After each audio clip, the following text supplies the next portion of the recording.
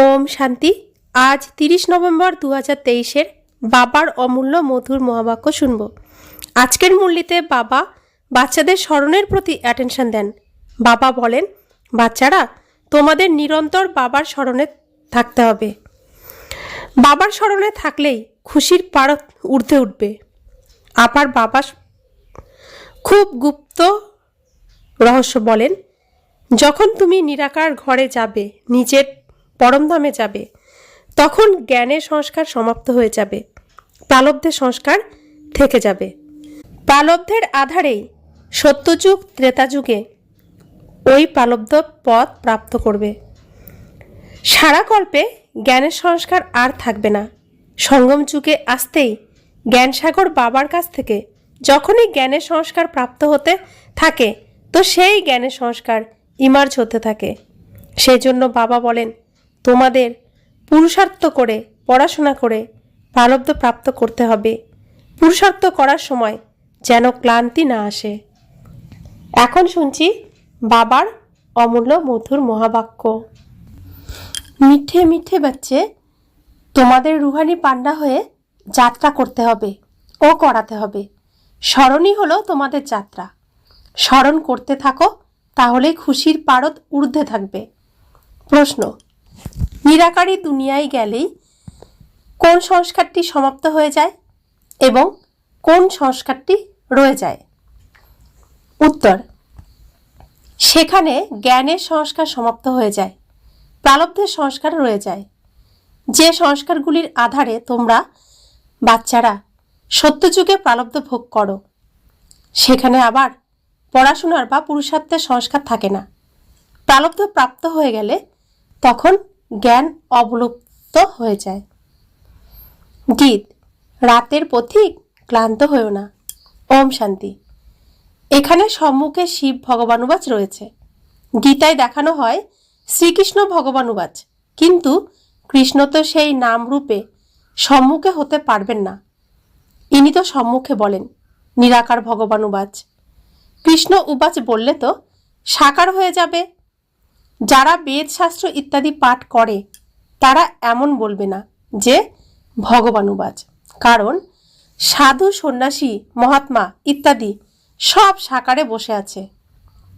এরপর বাবা বলেন, হে রুহানি পথিক, রুহানি পিতা নিশ্চয়ই রুহু অর্থাৎ আত্মাদের বলবেন যে বাচ্চারা ক্লান্ত হয়েও না।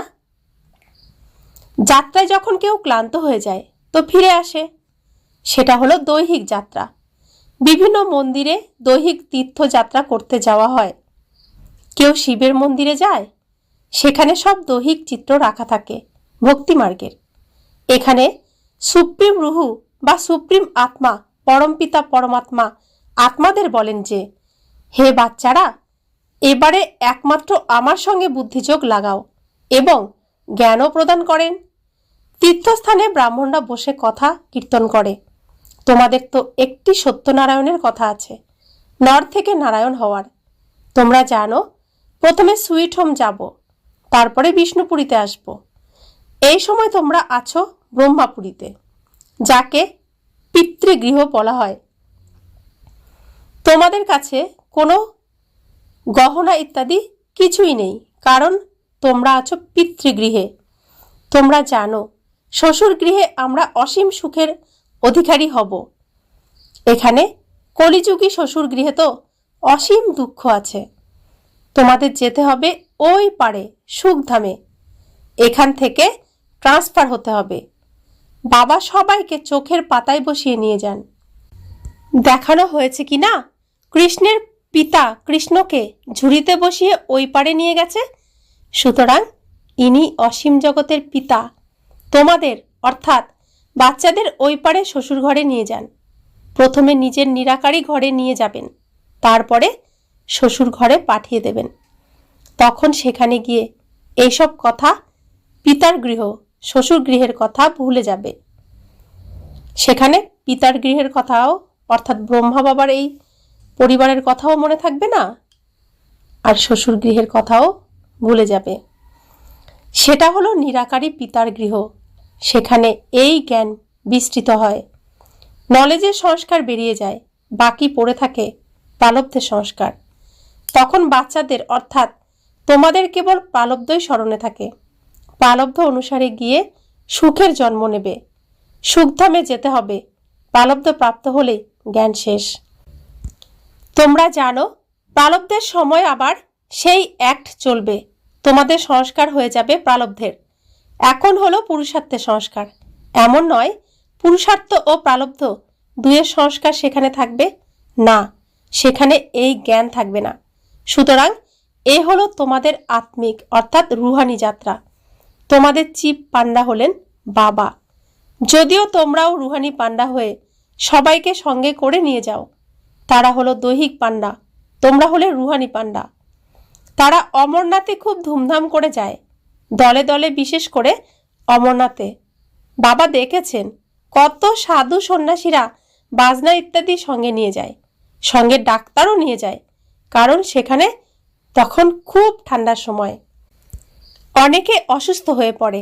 তোমাদের যাত্রা তো হলো খুব সহজ। বাবা বলেন স্মরণে থাকাই হলো তোমাদের যাত্রা, স্মরণ হলো মুখ্য। বাচ্চারা স্মরণ করতে থাকলে তো খুশির পারদ উঠতে থাকবে। সাথে অন্যদেরও যাত্রায় নিয়ে যেতে হবে। এই যাত্রা একবারই করা হয়। দৈহিক যাত্রা তো ভক্তি মার্গে আরম্ভ হয়, তাও প্রারম্ভে শুরু হয় না। এমন নয় হঠাৎ করে মন্দির, চিত্র ইত্যাদি নির্মাণ হবে। সেসব ধীরে ধীরে বহু কাল সময় ধরে তৈরি হয়েছে। সর্বপ্রথমে শিবের মন্দির তৈরি হবে। তারাও প্রথমে সোমনাথের মন্দির তৈরি করে, তখন আর কোথাও যাওয়ার প্রয়োজন থাকে না। এইসব মন্দির ইত্যাদি পরে তৈরি হয়েছে, সময় লাগে। তারপরে ধীরে ধীরে নতুন শাস্ত্র, নতুন চিত্র, নতুন মন্দির ইত্যাদি তৈরি হয়। সময় লাগে, কারণ পড়ার জন্য মানুষও তো চায়, তাই না? মঠ ইত্যাদি যখন বৃদ্ধি হবে তখন চিন্তা ভাবনা করা হবে শাস্ত্র তৈরি করবার। সুতরাং এত এত তীর্থস্থান, মন্দির, চিত্র ইত্যাদি তৈরি হয়েছে, সময় তো লাগবে। যদিও বলা হয় যে ভক্তিমার্গ দ্রাপর থেকে শুরু হয়, কিন্তু সময় তো লাগে। তারপরে আত্মার কলা অর্থাৎ গুণ বা কোয়ালিটি কমতে থাকবে। প্রথমে অব্যভিচারী ভক্তি, তারপরে ব্যভিচারী ভক্তি হয়ে যায়। এইসব কথা ভালোভাবে চিত্র দ্বারা প্রমাণ করে বলা হয়। যারা বুঝতে পারে তাদের বুদ্ধিতে এই চলতে থাকবে যে এমন এমন চিত্র তৈরি হোক, এইভাবে বোঝানো হোক। সবার বুদ্ধিতে চলবে না, নম্বর অনুসারে তো আছেই। কারো যদি বুদ্ধি না চলে তবে পদমর্যাদাও তেমনই প্রাপ্ত হবে। বোঝা যায় এর পথ কি হবে। যত এগোবে তোমরা তত বুঝতে পারবে।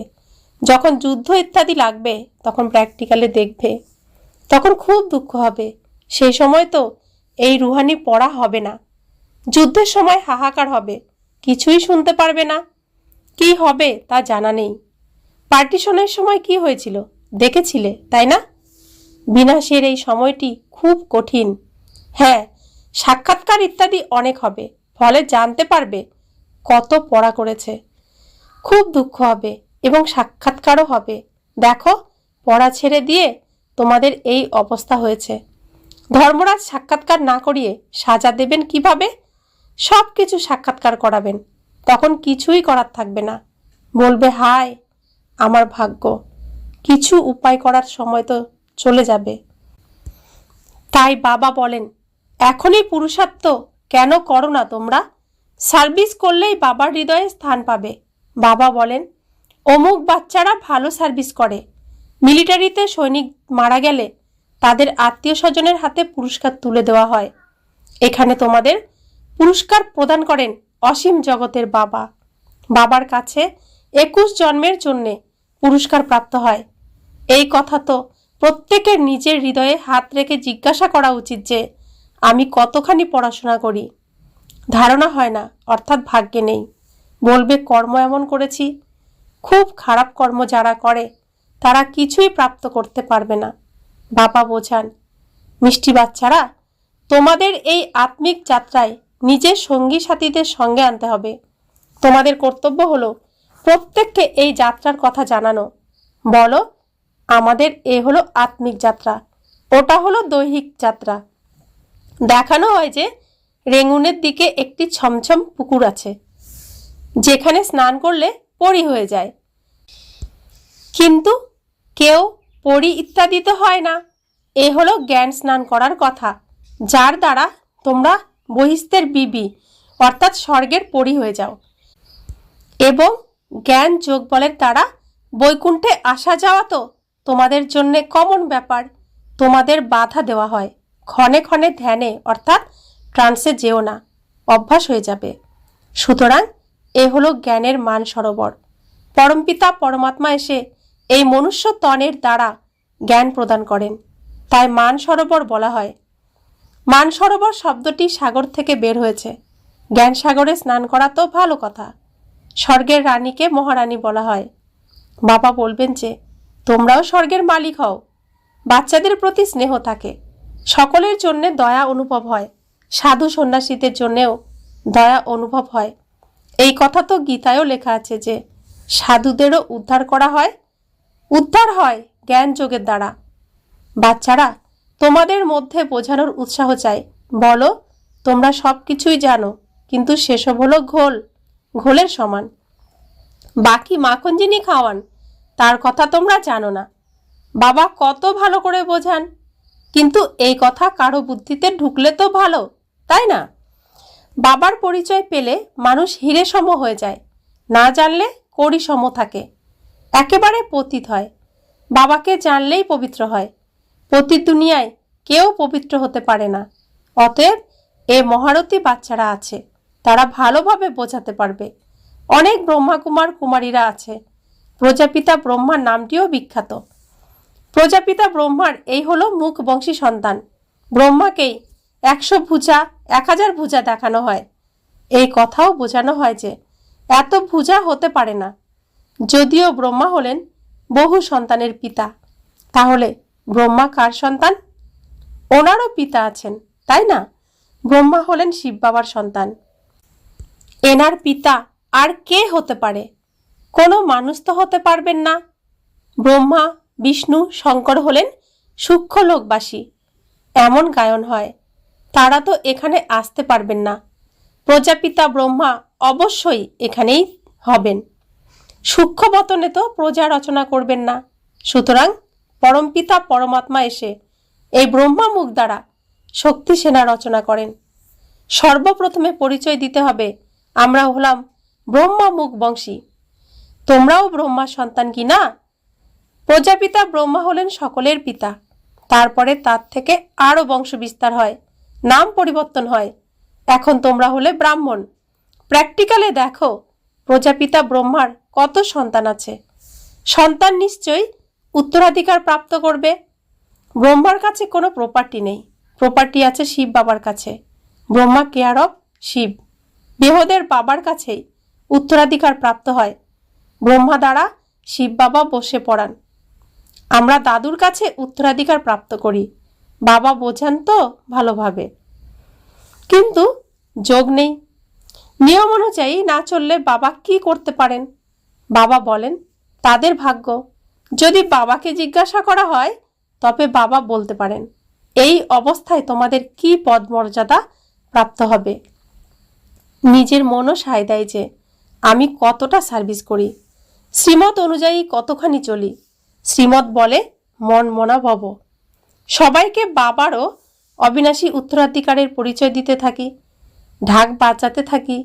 বাবা ইশারা দিতে থাকেন যে গভর্নমেন্টকেও তোমাদেরই বোঝাতে হবে, যাতে তারাও বুঝতে পারে যথার্থই ভারতের শক্তি ক্ষুণ্ণ হয়েছে।